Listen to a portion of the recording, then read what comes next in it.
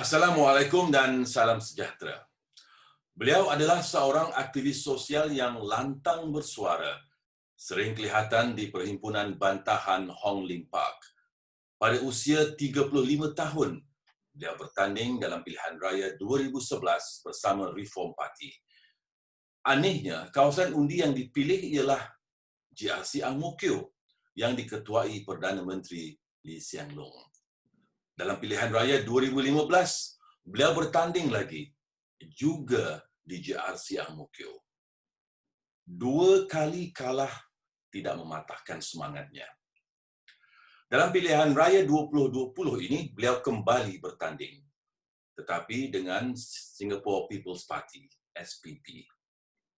Selamat datang Encik Osman Sulaiman, calon pembangkang yang akan bertanding di kawasan undi GRC Bishan Toa Payoh.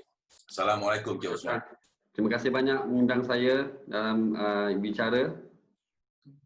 Encik Osman, soalan pertama. Saya. Ini adalah pilihan raya saudara yang ketiga sejak 2011. Dalam 2 pilihan raya yang lalu, saudara bertanding di GRC Ang Mo Kio, benteng kuat PAP itu yang diketuai Perdana Menteri Lee Hsien Loong. Mengapa saudara bertanding di kawasan yang sukar dan mungkin punya harapan tipis untuk menang? Ya. Okey, dalam politik ni dia tak ada apa yang certain. Mungkin kita boleh menang dan mungkin kita boleh kalah. Tapi saya understand Ang Mo Kio satu benteng yang kuat, PAP lah. So pada masa tu dia punya decision to contest in Ang Mo Kio GRC is made by the CEC of the Reform Party. So bukan atas tangan saya whether to contest dekat mana-mana.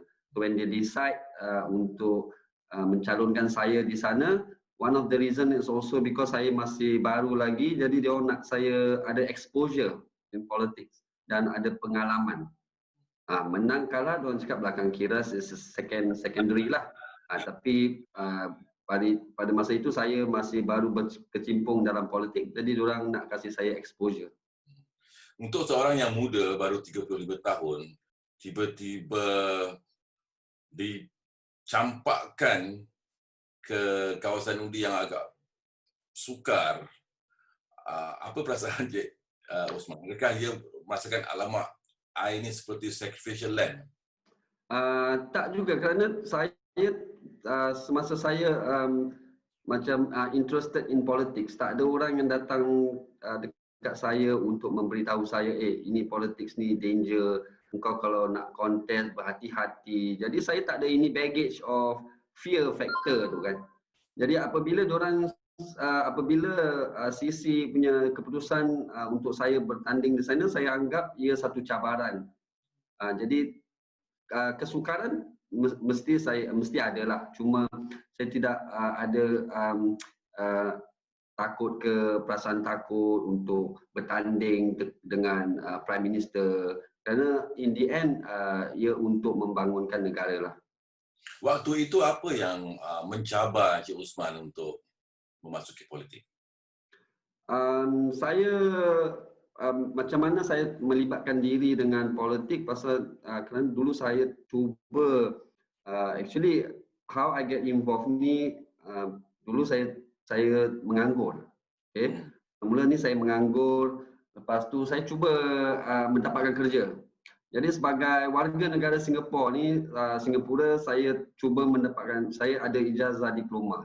Jadi saya try cari kerja, lama jugalah tak dapat kerja ni, walaupun ada ijazah diploma. Jadi pada pendapat saya, mengapa saya tak boleh dapat kerja walaupun saya ada a decent qualification, and saya pun cari kerja pun bukan executive level, saya cari untuk admin assistant ni. Jadi daripada situ saya cuba mengambil tahu mengapa, kerana apa saya tak boleh dapat kerja. Dan pada masa itu saya nampak banyak foreigners yang dalam office, yang saya tengok kenapa mereka boleh mendapatkan kerja, kenapa saya tak boleh. Jadi dari situ saya membaca sedikit tentang tentang policy-policy, dan dari situ saya melibatkan diri dengan politik. Ini diskriminasi di tempat kerja lah ni. Iya, iya, Tentang the foreign talent punya policy. betul. Pada masa itu saya rasa diorang tengah rancak memasukkan foreign talent kan. Jadi saya saya rasa pada masa itu uh, do, uh, pemba, apa, pem, the import of foreign labor ni mungkin daripada situ banyak pekerjaan hilang. Pengalaman Cik Osman bertanding 2 kali di kawasan undi GRC Ang Mo Kio itu. Apa pengalaman berharga yang Cik Osman dapati? One of the thing yang saya belajar adalah how to actually manage your expenses dengan resources yang sikit. Kerana kita punya logistik ni tak berapa kuat. Reform Party baru ditubuhkan pada tahun 2009 tak silap saya. Dan lepas tu 2 tahun kemudian dia bertanding dengan dalam pilihan raya. Jadi pada masa itu banyak benda yang kita masih inexperience. From there, I dapat belajar macam mana untuk kita mengendalikan dana atau punya management of team members, habis mengendalikan macam how to actually run a campaign, effective campaign. So my first election tu, my experience banyak saya belajar daripada tentang team management lah. Dan kali ini Saudara Osman beralih ke parti yang baru, Parti Singapore People's Party, kan? Dan bertanding di kawasan GRC Bishan Tua Payoh, juga dianggap kubu kuat PAP. Kenapa ke sana?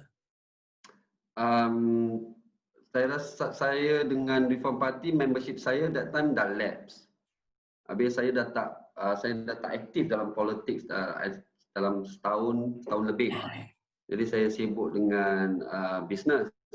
Jadi pada masa tu saya kenal Steve Chia dengan Jose.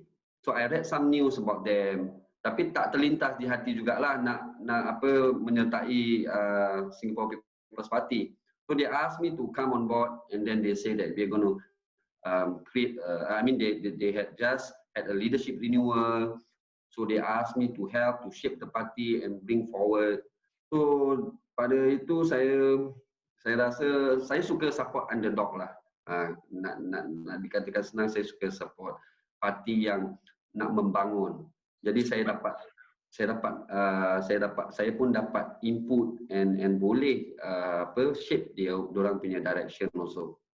Tentang underdog ni kan, SPP ni sebenarnya sudah tak gah seperti dulu. Waktu itu, waktu Cham Sitong masih ada, SPP memang kelihatan satu parti pembangkang yang kuat. Malah saya ingat lagi waktu 1984, sewaktu Encik Cham pertama kali menang pilihan raya. Dan juga waktu itu 84 pertama kali juga saya membuat liputan pilihan raya untuk SPC waktu itu.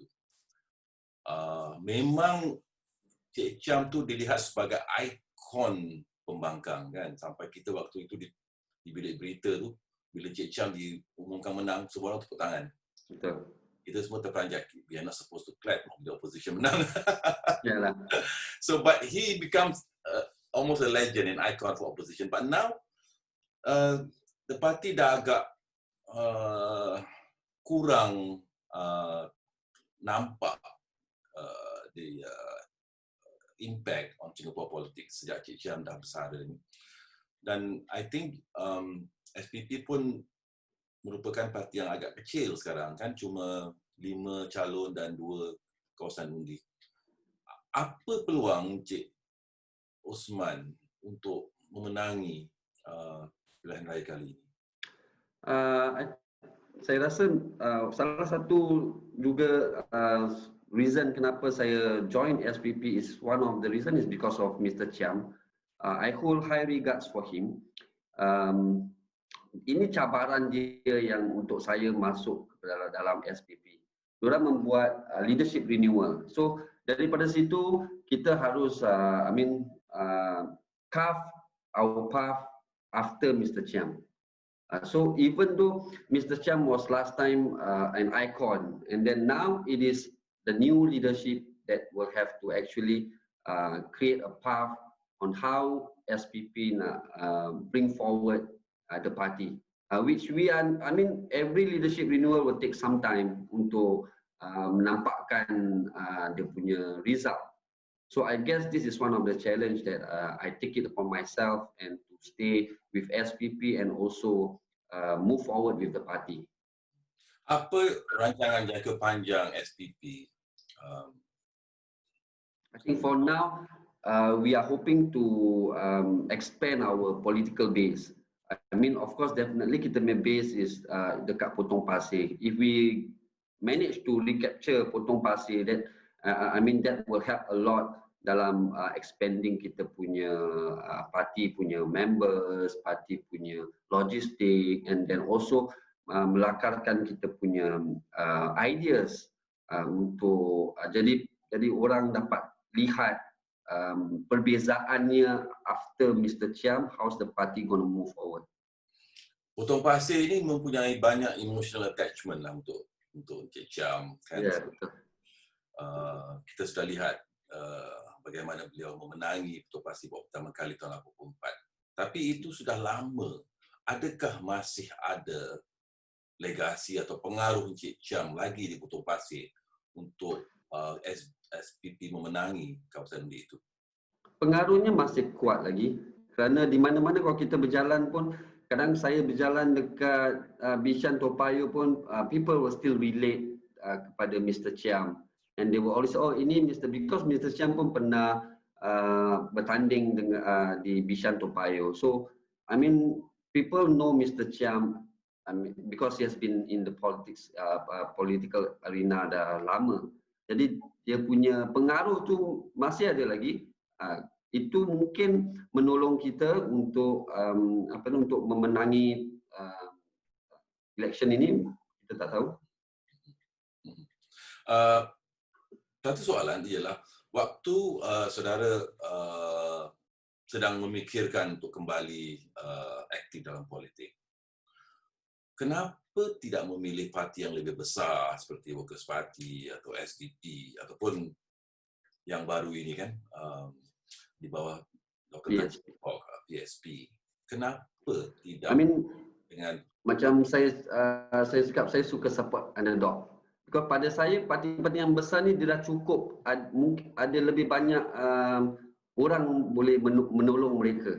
Jadi parti-parti kecil ni saya suka masuk kerana dapat memberi saya punya effort, and then and I get to also give my input into how the party nak move forward. I mean, in a bigger party, your voice might get lost, and then they have all the logistic and resources that they can. I mean, macam seperti WP, ramai flock into it because when they have power, people flock into a party, which I think this is why I decided to join Singapore People's Party. One of the reasons is because Mr. Chiam, who is an icon. Secondly, I mean, SPP is an underdog. And thirdly, I mean, my contribution, I think, can take the party forward. Sebagai calon anggota Parlimen untuk masyarakat Melayu, baru-baru ini saudara telah menyuarakan kebimbangan bahawa calon parti PAP jika dilantik pun mungkin tidak dapat menghuraikan masalah-masalah yang dihadapi oleh masyarakat Melayu. Terutamanya khususnya yang seperti saudara bincangkan tadi ialah tentang diskriminasi di tempat kerja. Mengapa saudara merasakan begitu? Apakah AP Melayu sekarang kurang berkesan memberi sumbangan?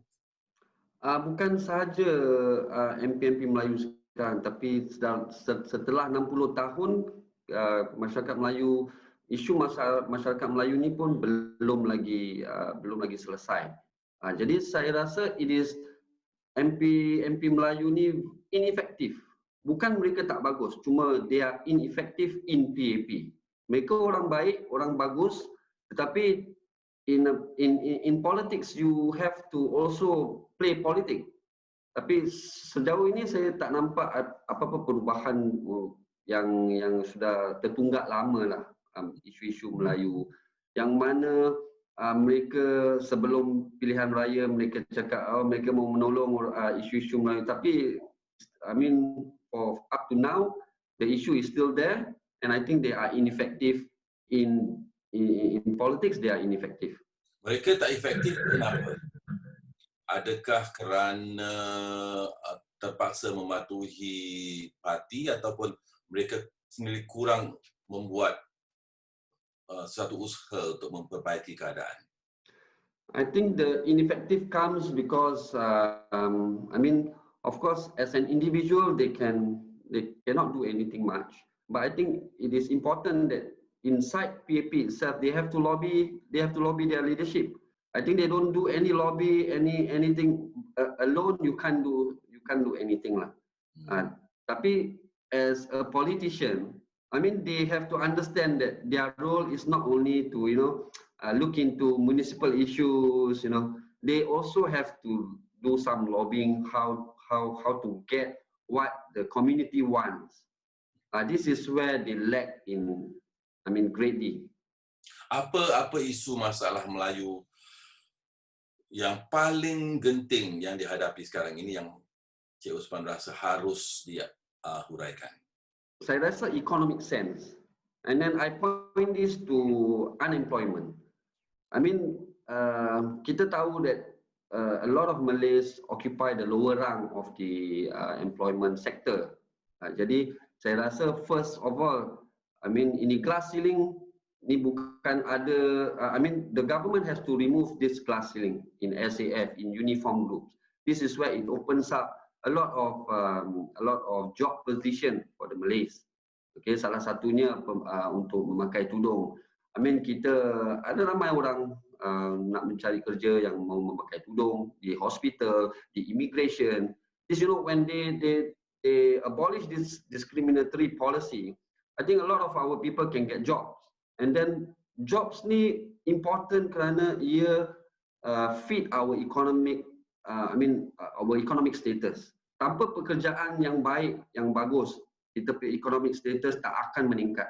Dan kenapa kita punya economic tak meningkat yang seperti yang kita mahukan? Kerana ada systematic punya discrimination there. So I think the government must first lift up this, I mean, remove this discriminatory policy that they have, and then at the same time, the PAP ni kena kasih tekanan sikit kepada PAP leadership that hey, this is not right. And kerana saya tengok orang LGBT ni, diorang pun boleh bersuara, diorang pun mahu kesaksamaan. Jadi kenapa kita yang so-called PAP punya berkaliber PMP tak boleh lakukan? Diorang mesti people see them as a leader. So they have to mengatakan, Cik Osman sering mengatakan bahawa bukan mereka tidak berusaha, banyak usaha dilakukan di belakang tabir umpamanya. Orang tak tahu tapi mereka sudah berusaha. Adakah itu alasan yang baik? Itu alasan untuk mengaburi mata penduduk, mata orang-orang Melayu kita. Kerana di belakang tabir ni dah 60 tahun. And then there's no result. Jadi jangan cakap lagi belakang tabir lah. Dan 60 tahun kalau belakang tabir satu benda pun tak boleh dapat ditukar. Then I think it's time that if they want to go into politics, they make sure they produce. Tapi banyak juga saya rasa isu-isu sensitif yang mungkin tidak boleh dibincangkan secara terbuka. Sebab itu dibawa di belakang tabir. Adakah masyarakat kita sudah bersedia untuk mendengar dan membincangkan isu-isu sensitif secara terbuka? Then this is where the Malay MP plays an important role. Kalau isu itu terlampau sensitif, then start with a little bit.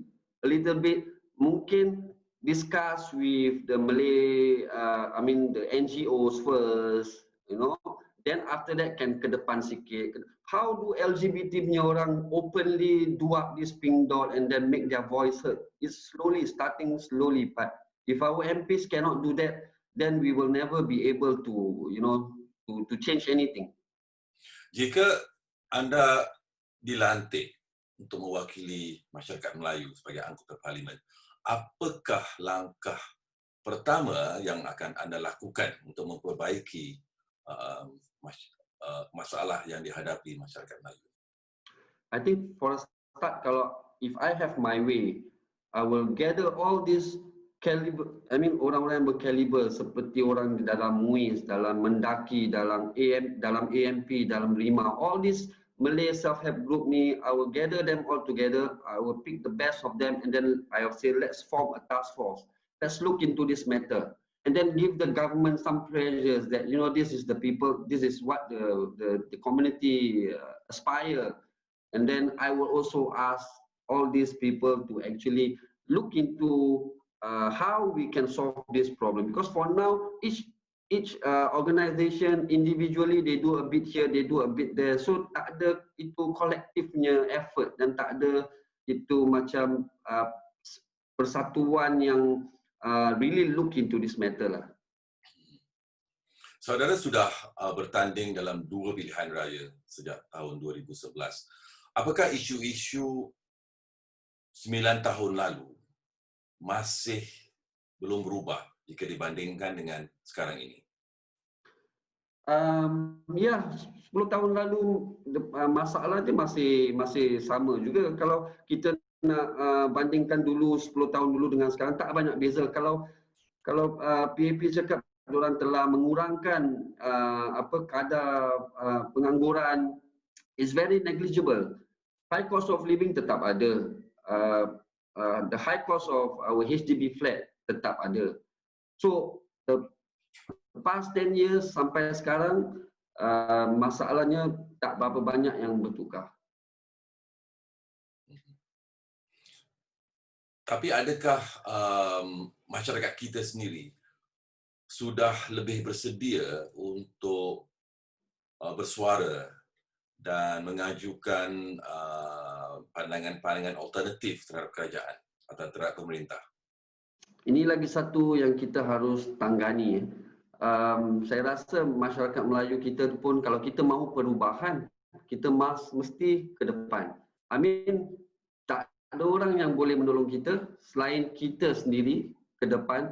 Macam mana kita nak ke depan, ada beberapa faktor yang kita boleh approach. There's a proper approach also. Okay, kalau kita mahu perubahan, every individual effort counts. Malah buat satu letter layangkan kepada organisation ke, ataupun 2-3 orang pergi go and seek help ke untuk certain issues, but each individual must take this proactive action. Cuba kalau kita kasih satu example, macam tudung tidak dibenarkan. So each individual of us tak boleh rasa macam this thing kalau kita cakap pun tak boleh tukar. But then kalau collectively kita petition to the government, kita petition, kita menyangkal diskriminasi, kita bersuara kerana kita menolak diskriminasi. Suara individual ni akan menjadi besar dan ini memberi tekanan kepada government untuk melepaskan sedikit-sedikit. Mungkin apa yang saudara utarakan tu ialah konsep collective leadership. Ya, betul. Pimpinan kolektif. Pernah disuarakan oleh AMP lama dulu, tapi sudah tidak lagi dibincangkan sekarang ini. Apakah sudah tiba masanya untuk memikirkan semula konsep collective leadership ini? Ya, kita boleh memikirkan balik kepada konsep. Tapi in the end kita nak kena tahu whether the one that we approach is able to help what we want. Kalau kita approach orang yang sama, kalau kita approach MP yang sama yang tak efektif, there's no point. The thing will still be there. We must have someone in the government that is willing, that has a political will to execute or help the community. Because for now, as I mentioned, PAP tidak boleh. Dia mungkin dia ada tangan terikat. Jadi kita harus cari alternatif. Dan alternatifnya kalau mereka tak mau berubah, jangan support mereka. Walau macam mana bagus, individually diorang bagus, okey boleh tahan. Tapi kalau diorang tak boleh menyelesaikan masalah kita, then jangan support mereka. Then we'll see how. Kalau tidak diberi peluang, kalau tidak disekat diorang punya political power, then they will not change. Ini adalah pilihan raya luar biasa, Cik Osman, sebab wabak COVID-19 dan cara berkempen pun sudah banyak berubah.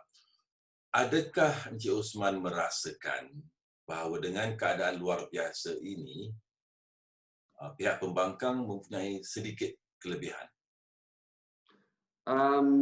Tak begitu juga. Mungkin ada disadvantage sedikit lah during this pandemic period. Because saya rasa masih ramai lagi orang-orang yang dah berumur, yang tidak ada access to komputer, tidak ada access to internet, masih ramai lagi. Jadi kalau kita only concentrate on online punya campaign, it will not be effective. Because we still need to touch these people with, orang yang dah berumur, and then we still need to engage them and pass information. So kalau sekarang ni, I don't think it's an advantage for the opposition. In fact, it is a slight disadvantage because the PAP has a mainstream media to forward diorang punya cause. But while we only, you tengok berita Melayu aja sudah you boleh tahu. I've been looking at diorang punya online punya reporting. I think 90% is more on the PAP candidates than the opposition candidates. So this is the unlevel playing field that we are facing. Tapi keterbukaan umpamanya social media seperti yang kita sedang lakukan ini juga memberi banyak peluang untuk parti pembangkang menyuarakan pandangan. Tidak seperti dulu, kalau tak ada mainstream media, anda tak akan dapat bersuara. Tapi dengan adanya mainstream media ini, seperti keadaan sekarang, suara pembangkang tetap didengar tapi mungkin di platform yang lain. Ya, saya rasa pun, tapi dia punya, dia punya level of advantage tu goes towards, of course, the government now. The PAP lah. Kita masih, we can only rely on other source of information from social media. Tapi daripada mainstream tetap kita tak dapat dia punya coverage as much as we want. Okey, terima kasih Encik Osman Sulaiman kerana meluangkan waktu bersama kami di Suara Melayu Singapura. Sama-sama. Bertemu lagi di InsyaAllah. yang lain, insya-Allah. Assalamualaikum dan selamat siang. Waalaikumsalam.